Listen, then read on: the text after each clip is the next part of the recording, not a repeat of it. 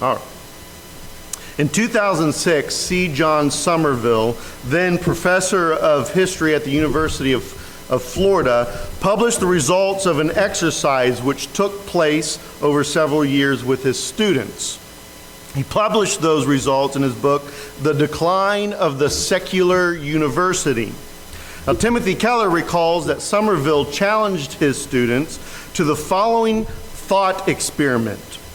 Imagine you see a little old lady coming down the street at night, and she's carrying a great big purse.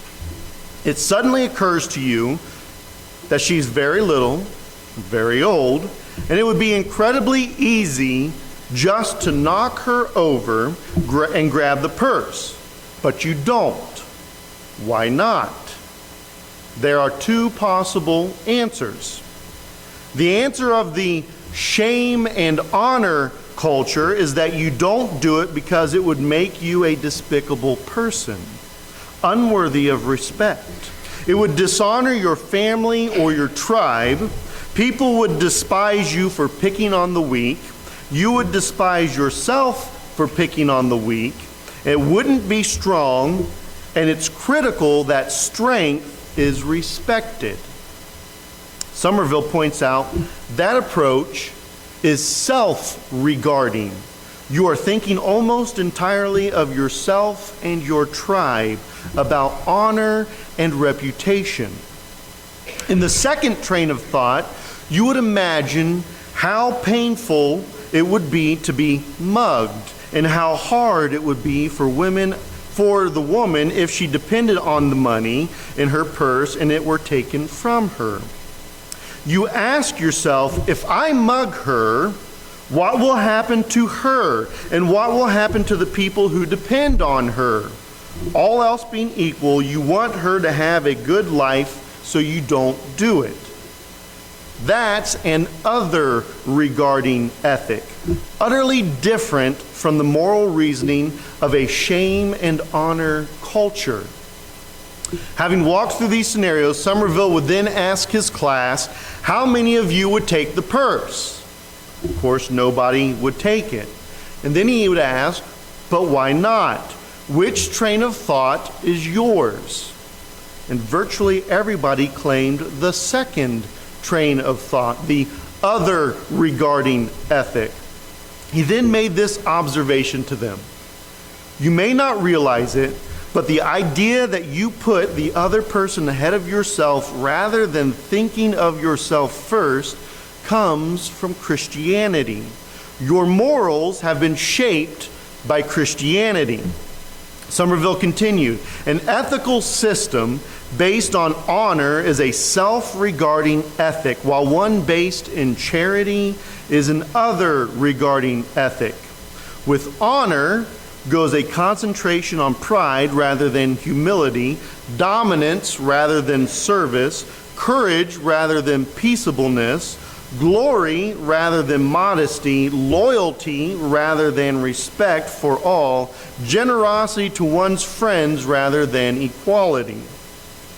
And he goes on to say that the ethical system based on shame and honor was the system that dominated many civilizations prior to Christianity's arrival. He then concludes with this. Students only have to see this comparison on the blackboard to realize how Christian their moral orientation still is. Even though his students are very critical of the church and Christianity, to give up Christian standards would leave them with no basis for their criticism. In effect, his students, in all their rants against Christianity, are really asking for more of it, or at least a purer strain of it. Timothy Keller then asks, what are these distinctly Christian ideas that still have such power to shape our own consciousness and imaginations today?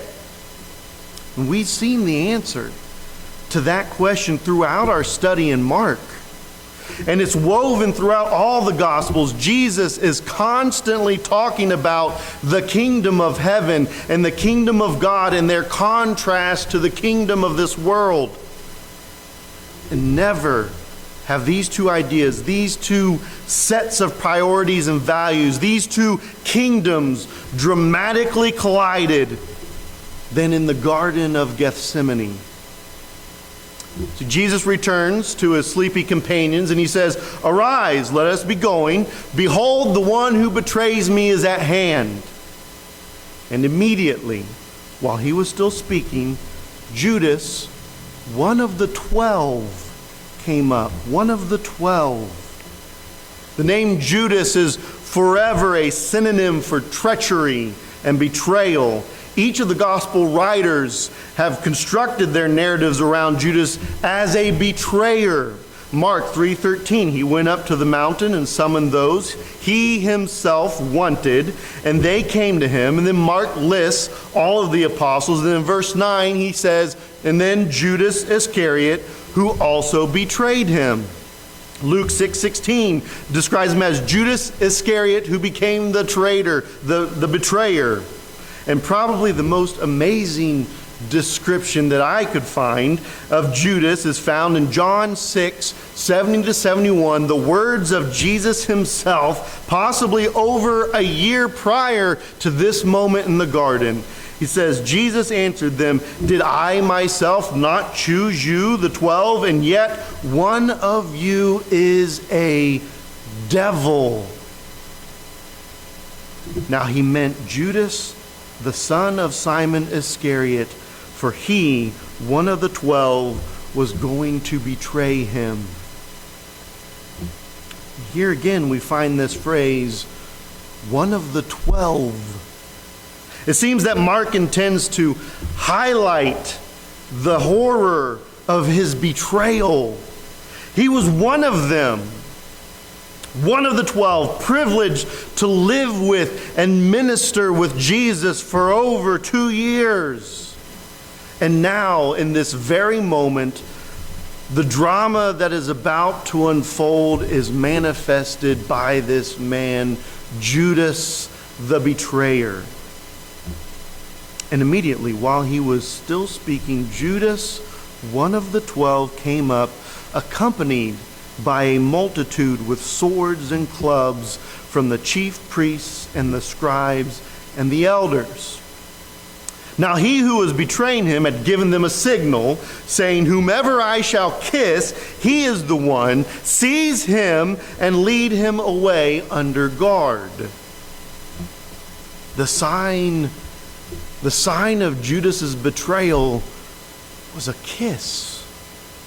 The sign of affection and respect. This was pre-planned conspiracy. It was dark, though they were in the presence of the Passover full moon, but all they had were torches. There was no electricity, no light to guide them, to guide this gang. In order to seize the leader of this rabble, they needed him to be identified so that there was no mistake. Now, every commentary rightfully points out that this kiss was the identifying mark of the target of the mob. But consider this. How mentally disarming is a kiss?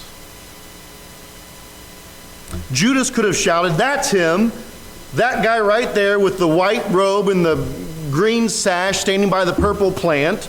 Or he could have gone and tapped him on the shoulder, put his arm around him, elbowed him, something, but he doesn't do that. How mentally disarming is a kiss?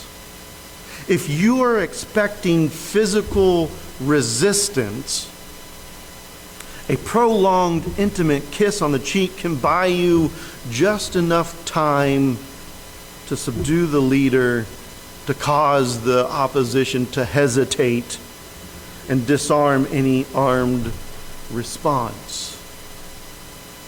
So Judas had told the high priest, "Whomever I shall kiss, he is the one. Seize him That's a violent arrest. It means to arrest violently. And then he says, and lead him away under guard. Why? You only lead someone away under guard who is a danger.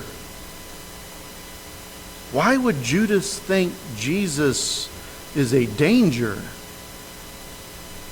Well, on one hand, was there anyone who knew or understood the power of Jesus better than the 12? He wanted to make sure Jesus couldn't incite his followers and begin the war that would usher in his earthly kingdom.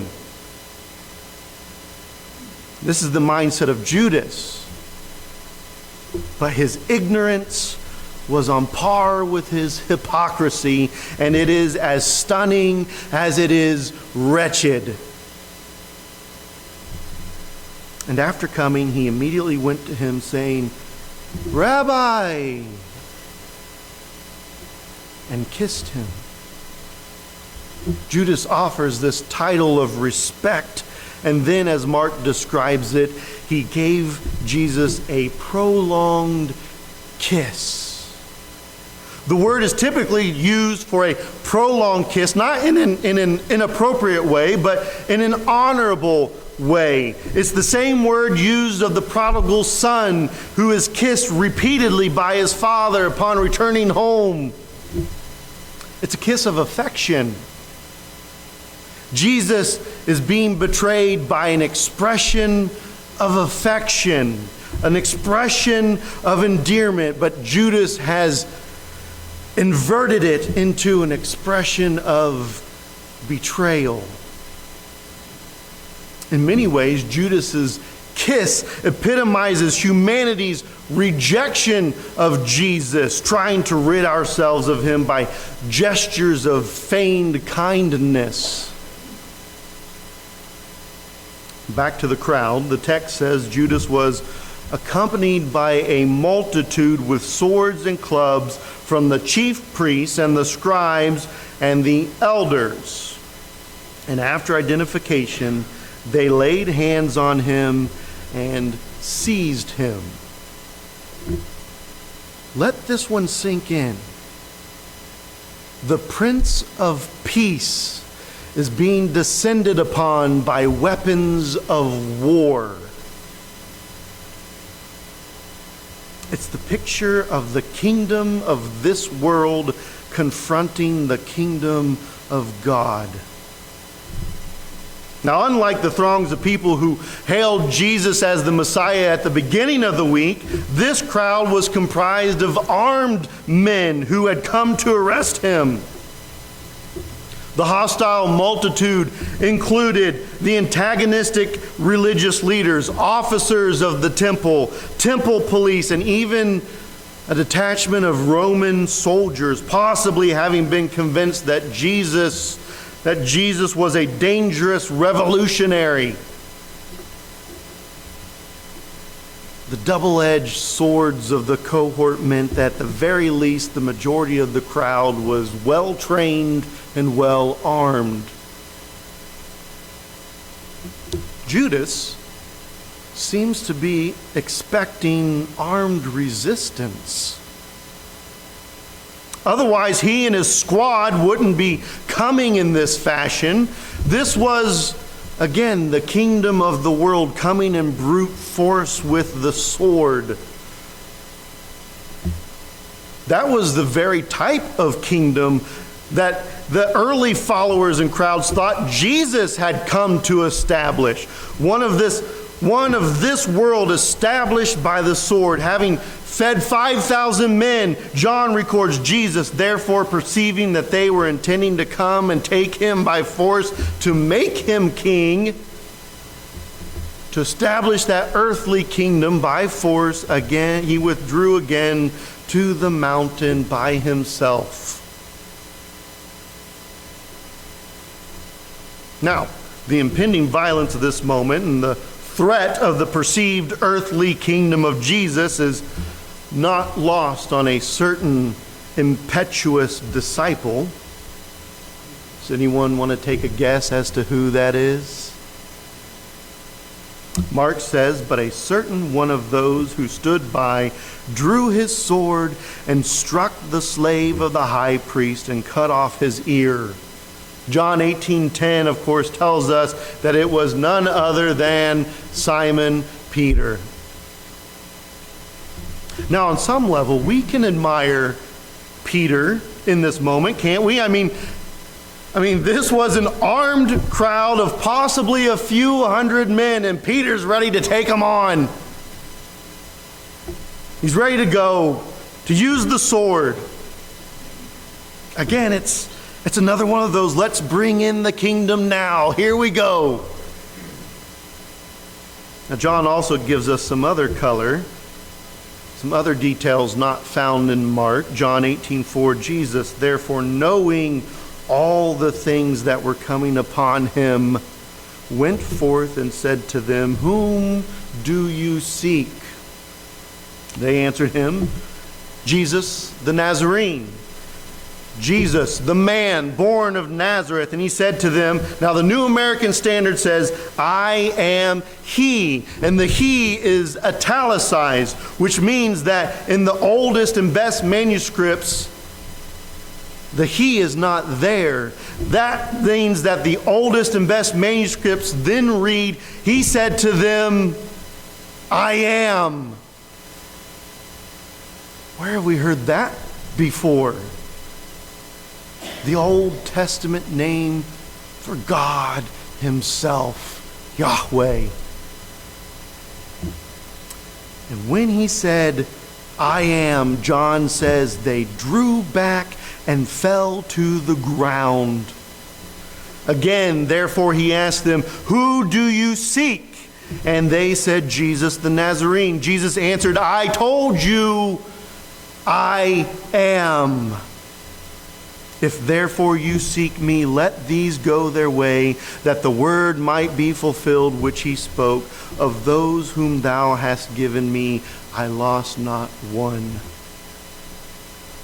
Let's think about this for just a second. Possibly hundreds of men armed with swords and clubs. Jesus speaks the name of God, and all of them are somehow supernaturally leveled. At the very sound of the name of God, they can no longer remain on their feet. How could they possibly subdue a man with this kind of power? Hold that thought. And being the untrained swordsman, Peter takes a whack at the ear of the high priest's head. John tells us that his name was Malchus. And we can surmise that Peter was not aiming for the ear. He was probably aiming for the neck. Peter is adept at removing fish from nets, but not so much heads from bodies. Regardless, he got his ear, and we're told, particularly in John, that Jesus restores that ear. Now, we don't have the time this morning to go into the details of that and the implications of that act, but we do know, however, that Jesus puts an abrupt end to Peter's brash heroics, knowing that the kingdom of God does not advance by force. John 18:34-36, Pilate therefore entered again into the praetorium and summoned Jesus and said to him, "Are you the king of the Jews?" Jesus answered, "Are you saying this on your own initiative, or did others tell you about me?" Pilate answered, "I'm not a Jew, am I? Your own nation and the chief priests delivered you up to me. What have you done?" Jesus answered, "My kingdom is not of this world. If my kingdom were of this world, then my servants would be fighting that I might not be delivered up to the Jews. But as it is, my kingdom is not of this realm." Jesus' kingdom is not one founded by the sword. It was not the kingdom that the crowds and even the disciples imagined. He had come to establish this idea of an earthly kingdom. Then Jesus turns to admonish the crowd. Have you come out with swords and clubs to arrest me as against a robber? I love the NIV translation here. Am I leading a rebellion that you have come out with swords and clubs to capture me? Every day I was with you in the temple teaching, and you did not seize me. But this has happened that the scriptures might be fulfilled. Jesus is not the helpless victim here. He knew this was going to happen. He predicted it down to the most minute detail. He knows he is headed to the cross, and yet he is in complete control. He's been in the temple teaching all week, overt, in the open, in public. He never tried to run. He never tried to hide. And now, under the cover of darkness, outside of the city, away from the massing pilgrimage, the crowds that could be incited, they come to arrest him as they would a murderer, a robber, a terrorist, by bringing more men and more weapons. This armed band that was brought to their knees. How could they possibly subdue a man with such power? They never would. Never be able to, unless he went willingly. Like a lamb that is led to the slaughter, Isaiah 53:7. The key point to all of this is in verse 49. This has happened that the scriptures might be fulfilled. He is purposefully walking into the hands of his captors because it was the will of his Father. And Lord willing, we'll look more at the next part in a couple weeks. But verse 50 says, and they all left him and fled. And a certain young man was following him, wearing nothing but a linen sheet over his naked body, and they seized him. But he left the linen sheet behind and escaped naked. Naked, some would say. The disciples fled. Every last one of them. One runs off into the night naked because this specific detail is only found in Mark. Most commentators and scholars believe that this nude dude is John Mark himself. I don't think it matters. I think we need to see this as the utter totality of the disciples' desertion. At one point, these disciples left all to follow Jesus. Now they give up all to flee from him. Even if it means leaving behind the clothes on their back.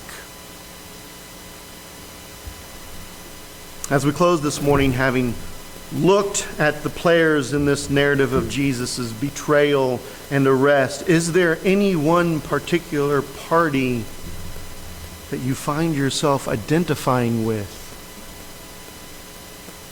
The duplicitous traitor, the armed crowd of rejecting religious leaders, the brash and impetuous Peter, the fleeing disciples, the resolute Jesus committed to the will of God.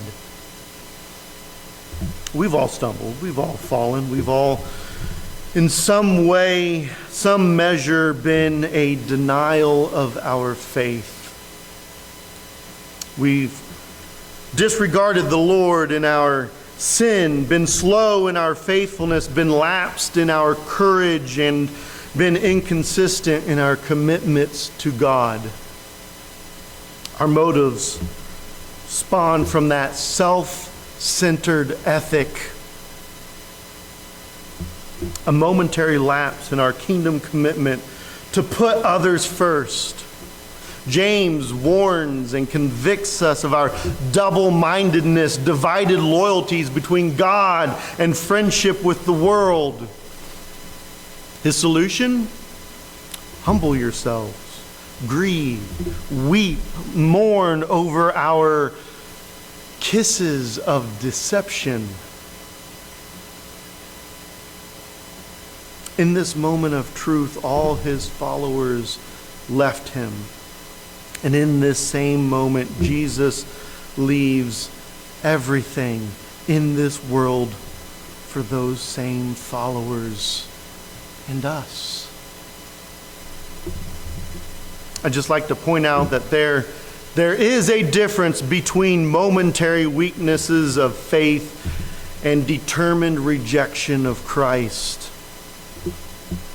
The momentary weaknesses as seen in the fleeing followers and the determined rejection found in Judas. We only need to read the end of the Gospels and Acts to know the end of Judas's story and how these fleeing apostles would be restored. All of us experience momentary failures and lapses, but let us be like those disciples who turn quickly from those momentary lapses of faith back to the gracious God who sees all of our moments of weakness and still encourages us and offers grace. If you don't know that God, I implore you to get to know him, to seek him. If you haven't done so, you have the opportunity this morning to come forward, reenact his son's death, burial, and resurrection and baptism. Make a commitment to not flee from Jesus, but to run to him. Or if you need to recommit your life, you can do that this morning as well as we stand and sing this song.